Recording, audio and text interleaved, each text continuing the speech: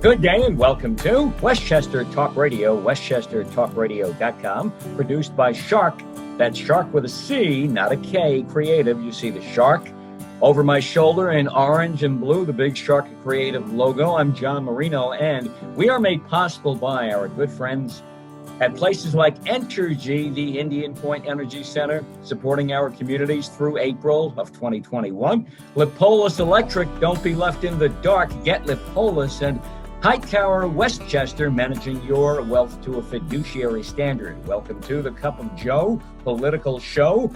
We are joined by the supervisor of the town of Pelham here in Westchester, Dan McLaughlin.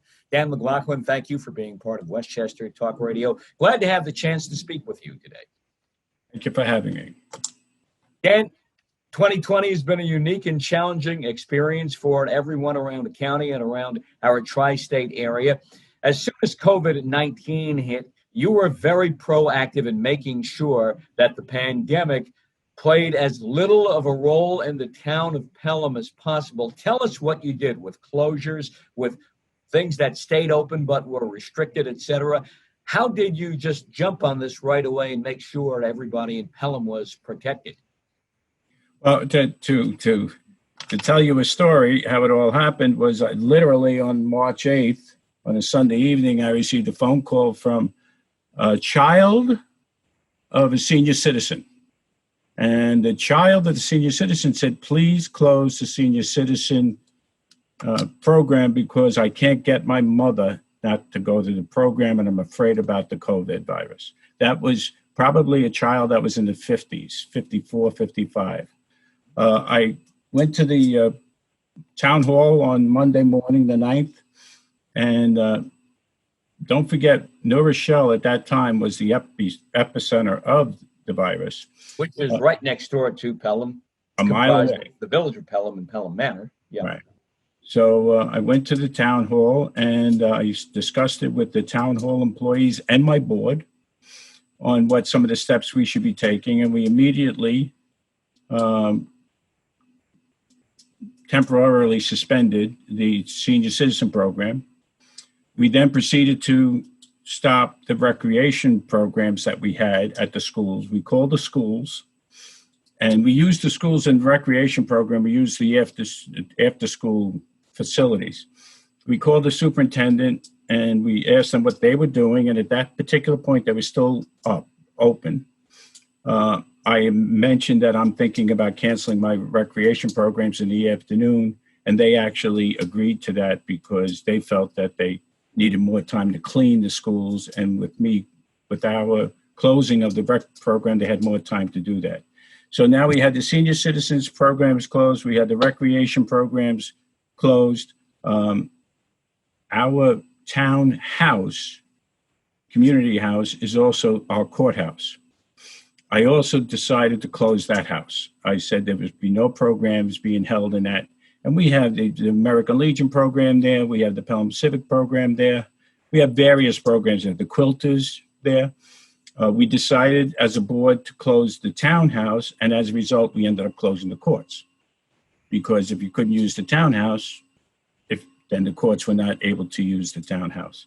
I happened to call up the two judges of the town of Pelham to explain to them what I was doing, and I said, what do you think about that? And they said, Dan, if you close the house, you just close the courts. So as far as we're concerned, we have no issue with that. And to be very frank with you, all of my conversations and the board's conversations with the various participants were very supporting. They understood what was going on. They understood New Rochelle being a mile away. And they all agreed that we should be reducing the exposure for our residents of anything regarding the COVID virus. So nobody felt you overreacted? Not one person, to be frank with you. At least not to me, not to the board personally. We were actually complimented on some of the things that we did. So now I went to the townhouse with one of my board members, and we sat down with the employees of the town hall on the 12th, which was a Thursday. And we decided that we also needed to help the employees navigate this whole thing. And we decided that in most cases, we could have our employees work at home and still do their duties regarding tax collection, regarding tax assessing, all the things that we needed to do. As a town, we could do probably at home temporarily, and if necessary, by appointment if we needed. So at that particular point, on the 13th of March, we closed the town hall. Do most people still work at home now, or is everyone pretty much back at the office? Well, when we got to June, and everybody, not everybody in the country, thought this was going to be a temporary situation. Obviously, that temporary lasted longer. So in June, I met with the board, and the board decided that we needed to put some routine back into the workings of the town government. So we had a meeting again with the employees, and we asked them to come in into the office. We would not open the building to the public, except by appointment only. If anybody needed anything from the public, needed anything from the town, they could do it by appointment and or over the phone or over the internet. And we started back full-time back into the town hall, and we've been running full-time at the town hall since approximately the second week in June. How well did working from home work? It worked well for certain people, but to be frank with you, we have a dedicated staff, and a lot of times some of the staff would come into the town hall on their own because they needed to come in to do certain duties. So we would make sure that when they came in, there was a staggered shift, if in fact, so we made a schedule, if you will. The courts, the judges did the same thing with the town court clerks, and made sure that they staggered so they wouldn't be there at the same time. So it worked, but I still felt you needed to have people in the office in case somebody needed something. So that's why with the board and I wanted to bring back everybody starting in the second week in June. Now, since everything came to a halt in Pelham and around the entire area, obviously budgets were affected. How badly has the budget been affected in Pelham for 2020? And as you look at 2021, might this effect continue, or is everything pretty much kind of maybe back to normal? That's a very good question, and I think every single municipality is going through this right now. And what we will start our 2021 budget process beginning October 14th with an open meeting regarding what we're going to do for 2021. Everyone had additional expenses this year because of COVID. For instance, in the courts, we had to go out and buy plexiglass coverings so we could put that in front of the judges. We could put that in front of the police when they were coming into court. We've had the same thing with the town hall, where we've had to bring in PPE. So those increased expenses were not budgeted. Thank God we do have a reserve, and we are working on that reserve. To answer your question, how it has impacted the budget, it's going to take another 3 to 5 weeks for the board and I to look at that whole situation. But it has impacted. I mean, just if you look at the recreation programs that we run, the recreation programs normally run better than break even, not much better than break even, but we do make a profit from some of the programs, and those programs were gone, finished. So that revenue was not done. The other thing we do with outside vendors, we look for experts when we put programs together, and the experts come in and we do a 65-35 split on the programs that we do from outside vendors.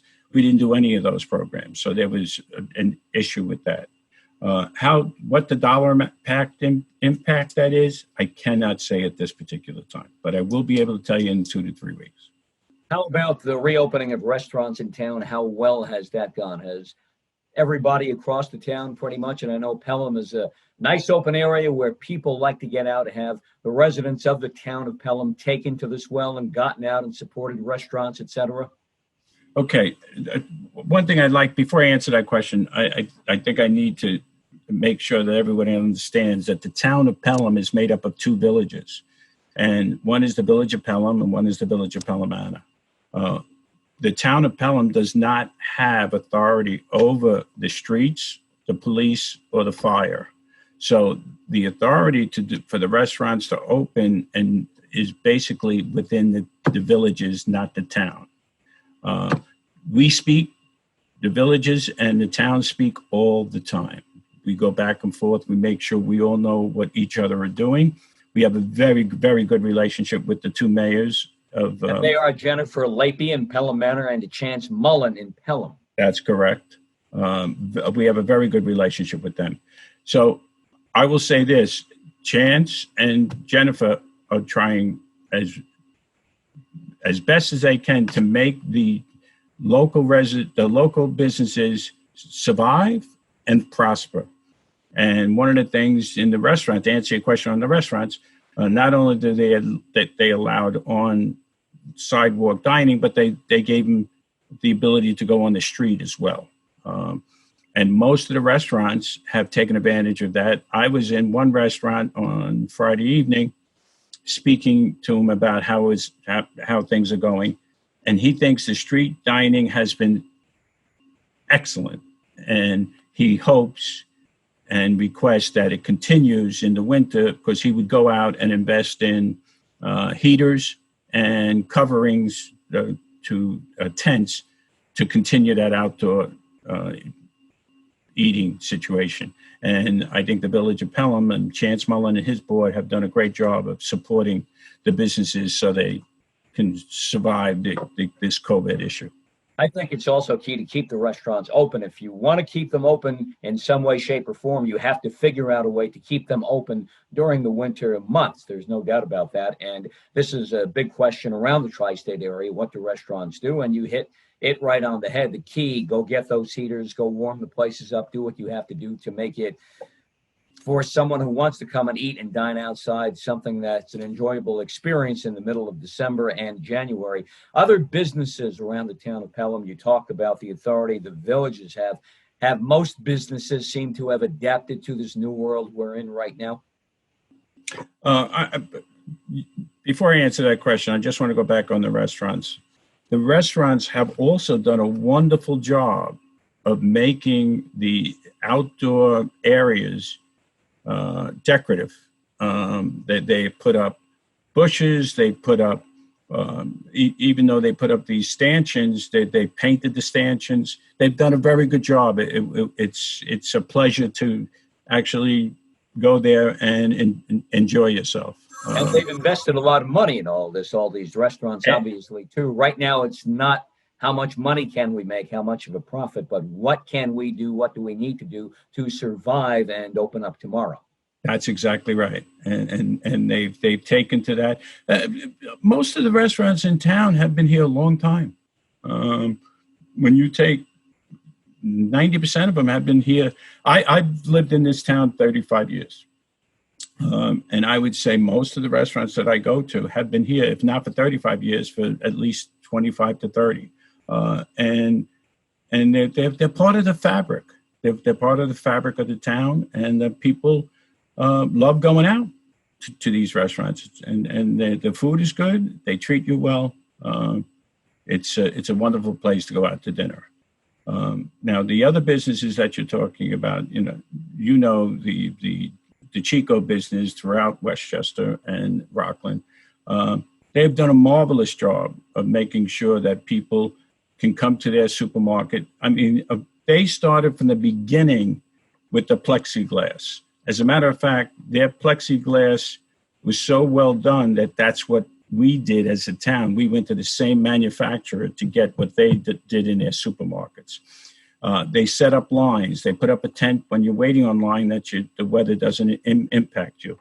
They set up a senior citizen hour from 8 to 9. So if you, as a senior citizen, felt you needed to get in there, but you were afraid to go in there with the regular crowd, it was only for senior citizens. They've done a wonderful job. And all of the other retailers have done the same thing. We have several barbershops and hairstylists. They were impacted greatly in this COVID, but they've managed to come back, and people were waiting for them to come back, and they were lined up to get in there. A lot of them, stayed open on a Monday where they used to close on Monday. Some of them actually continued to open on Sunday to take care of what they had to take care of. So our business area is vibrant. Has it been affected by COVID-19? Absolutely.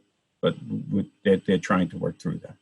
Here on Westchester Talk Radio, westchestertalkradio.com, produced by Sharc with a C. That's Sharc Creative with a C, not a K. I'm John Marino, and we are made possible by people like our good friends at Entergy Indian Point Energy Center, supporting our communities through April of 2021. White Plains Hospital Center, our thanks to our heroes at White Plains Hospital for all they've done throughout this COVID-19 pandemic of 2020.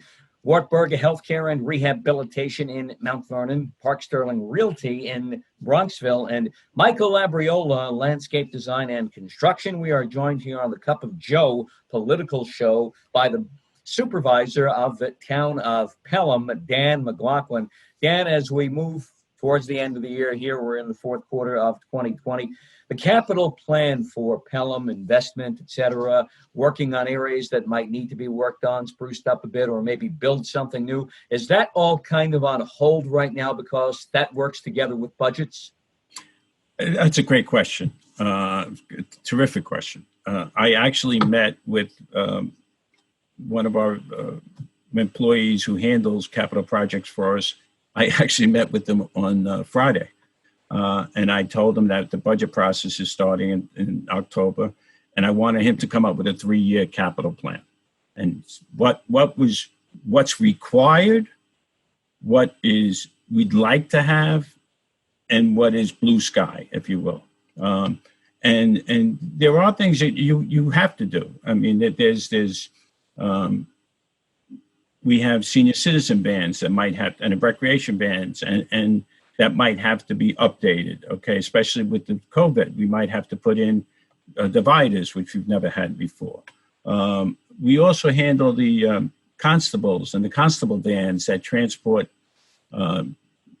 prisoners between Westchester County Jail and our courts. We have to make sure that those cars and those vans are properly done. There are other things that capital-wise that we have allocated funds to have an elevator at the town hall. In order to do that, we need to do certain other things previous to that. That's going to cost extra money. Yes, we're holding off on that until we can see exactly what we're going to do budget-wise. We have things at the library, the town of Pelham's library. They would like to redo the 2 bathrooms. Can it be done now because of what's going on? Maybe not. Maybe we have to delay that. Those are the things we're going to be talking about over the next 30 to 45 days during the budget process with all of the stakeholders that are involved in this, and have them understand that there's certain things we can do and certain things we'll have to delay. And it's not because we don't want to do it, but because prudently it may be wise to delay it. How about infrastructure around town? There has to be always an investment in that. Does that get kind of put on the back burner now too? Or is everything about infrastructure that if one thing breaks down here, everything breaks down there? So the infrastructure at least has to be taken care of and upgraded, updated as best as possible. Again, a very good question.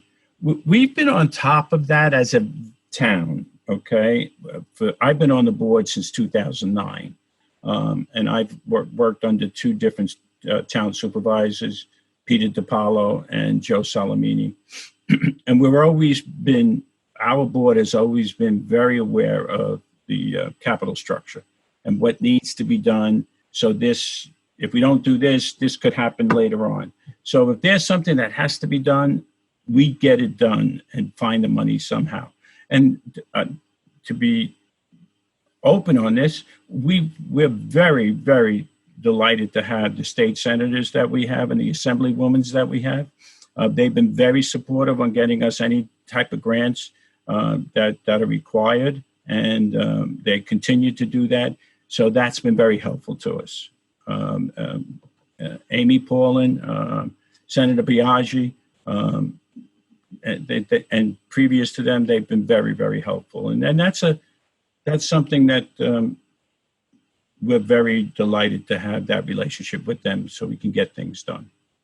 Now we have schools open. We're almost a month into the reopening of schools. How is that going in the town of Pelham? From what you can tell within the town of Pelham, is it a mix of in-class learning with virtual learning? Is it mostly in class, or is it pretty much all virtual at home? It's I would not like to be the school superintendent right now. That is no doubt about that. That's no job that I would like. Cheryl has done, I believe, a very good job of handling this. And again, we speak often, not only with the two mayors, but also with the school superintendent, because the town uses the school for recreation programs, uses the school fields for recreation programs. So we know that we have to deal with the school whenever we, I'm sorry. No problem. You're a popular guy. Yeah, I guess so. That's, when you're a supervisor, that's what happens. And that goes off 24/7, I'm sure. It does. It does. How do you sleep? Anyway, what the schools are doing, and the schools are doing it hybrid. They're doing, I have to preface this that I'm an adjunct lecturer at Baruch College. And what do you teach? And I've been finance. And I've been doing that for 5-6 years. So I experienced the problems that COVID had. I had to go online for my semester, my spring semester and my summer semester. So what do you teach at Baruch? What topic? I teach finance and entrepreneurship. And I went through that online switch. I went through what's good and what's bad, what's a problem. I think what the school has done is they've made it a hybrid. So half the class goes in 2.5 days a week, and the other half of that class stays home 2.5 days a week. But they are taught by the same teacher. Half of them are on Zoom, half of them are in the classroom. So, for instance, if you and I were in the same class, I may be in there Monday, Tuesday, you may be in there Thursday, Friday, and on Wednesday, it's a half a day. But at the same time, on Monday, when I'm in the class, you're on Zoom in that same class.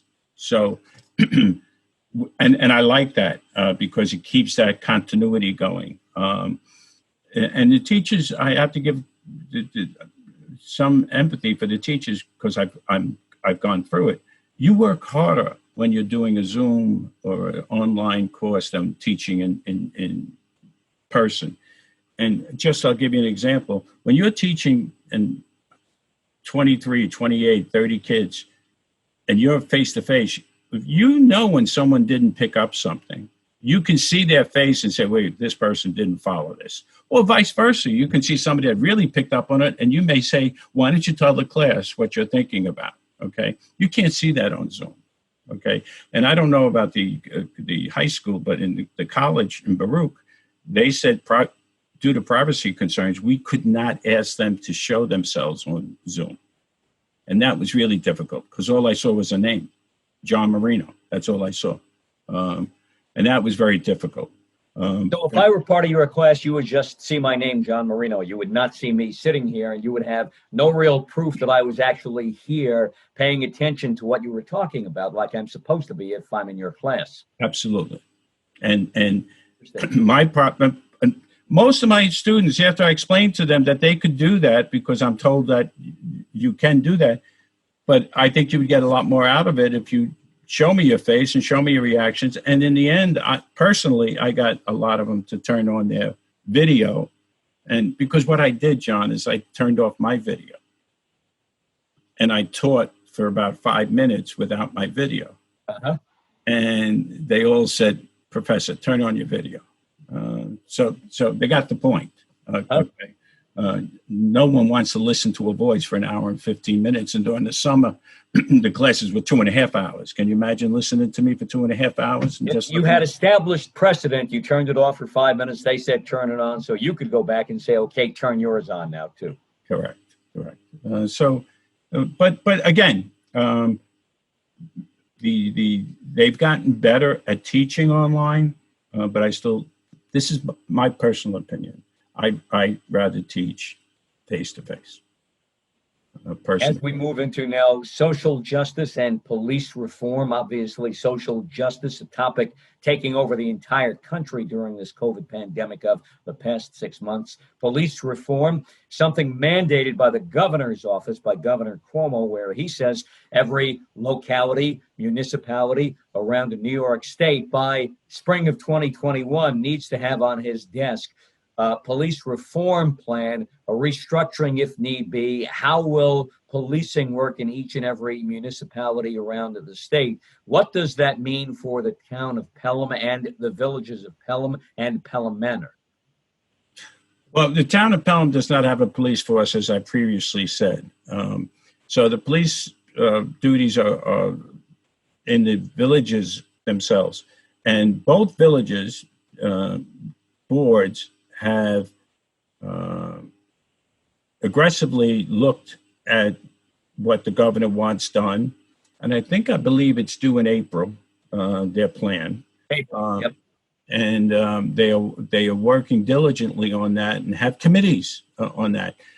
But again, I'm a 35-year resident, and I can tell you that both the village police force, both villages' police forces, I have been well aware and have dealt with them, and I find them extremely, extremely helpful and courteous.